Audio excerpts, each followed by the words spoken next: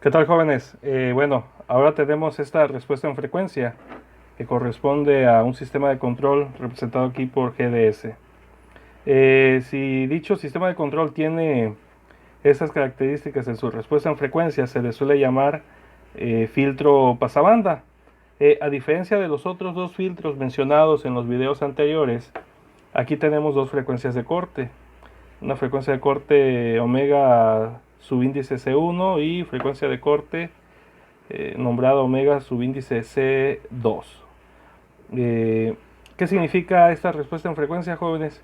Significa que si la frecuencia angular de la señal de entrada, esta frecuencia angular de la señal de entrada, se encuentra en valores entre 0, más bien, en un valor menor a omega subíndice C1 o en valores mayores a omega subíndice C2, va a impactar en la magnitud de la respuesta del sistema con un valor de 0, es decir, que va a atenuar la amplitud, prácticamente la va a hacer 0, ¿no? Sin embargo, si esta frecuencia angular anda en rango de valores entre esta frecuencia de corte 1 y esta frecuencia de corte 2, significa que el impacto en la amplitud es de que va a ser de un valor 1. Por lo tanto, como se va a apreciar a la salida, es que la amplitud de la salida sería igual a la amplitud de la entrada.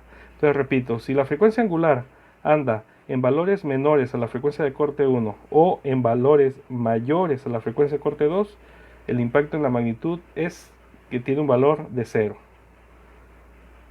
Y si la frecuencia angular anda entre este rango de valores, entre frecuencia de corte 1 y frecuencia de corte 2, la magnitud sería 1 y por lo tanto se esperaría que la amplitud de salida fuera igual a la amplitud de entrada. A este rango de frecuencias se le llama también ancho de banda, que en este caso numéricamente se puede calcular como la diferencia de las dos frecuencias de corte. Entonces, a manera igual de ejemplificar el comportamiento de esta respuesta en frecuencia, observando su impacto en la amplitud en el dominio del tiempo, aquí tenemos unos ejemplos, ¿no? Vamos a considerar que la frecuencia de corte 1 son 10 radianes y la frecuencia de corte son 20. Tenemos un primer caso. Tenemos una señal senoidal donde su frecuencia angular de entrada son 5 radianes. Como la primera frecuencia de corte son 10 radianes y nuestra señal de entrada anda en 5, por lo tanto el impacto va a ser que la magnitud va a ser de un valor 0. ¿Cómo se va a ver este impacto representado si lo graficamos en el dominio del tiempo? Bueno, así de esta forma. Esta es mi señal de entrada, frecuencia angular 5, pero a la salida voy a tener una señal de amplitud 0. Por otro lado, igual tenemos la misma forma de señal, misma amplitud, pero le aumentamos la frecuencia angular, ahora son 15. Según los datos del ejemplo y la respuesta en frecuencia, pues si aquí son 10 radianes y acá son 20, entonces la señal de entrada anda en este rango. Por lo tanto, se espera que la magnitud sea 1, y al ser 1 la magnitud significa que este valor a la salida va a ser 1 para todo valor de entrada, para toda amplitud de entrada. Entonces, se esperaría que la amplitud de la salida en general fuera igual que la amplitud de entrada. Y es lo que se observa aquí en perdón, no lo nombré, pero sería aquí, para esta señal senoidal de entrada, para el segundo caso. Si entra esta señal con esta frecuencia angular, el impacto sería que prácticamente saldría con la misma amplitud. Y por otro lado, tenemos la misma forma de señal, misma amplitud como un tercer caso, pero ahora la frecuencia angular son 25 radianes, es decir, aumentó. 25 radianes, jóvenes, en la respuesta de frecuencia, en la respuesta en frecuencia a la cual nos estamos haciendo referencia, significa que la frecuencia de la señal de entrada ya anda por acá. ¿Cuál va a ser su impacto? Pues que la magnitud va a ser 0. Eso va a impactar a la salida. ¿Cómo lo va a impactar? Pues que su amplitud se va a hacer 0, ¿no? Gráficamente se puede representar en el dominio del tiempo el impacto en la amplitud y sería de esta forma, ¿no? Un nivel de 0 para una frecuencia angular de 25 radianes sobre segundos. Entonces, jóvenes, el impacto de la frecuencia en el dominio del tiempo pues se observa en la amplitud de las señales, ¿no? ¿De qué señales? Pues en la salida con respecto a la entrada. Si la frecuencia está dentro del ancho de banda, si la frecuencia de la señal de entrada está dentro del ancho de banda, la amplitud de la salida prácticamente es igual a la amplitud de entrada, ¿sí?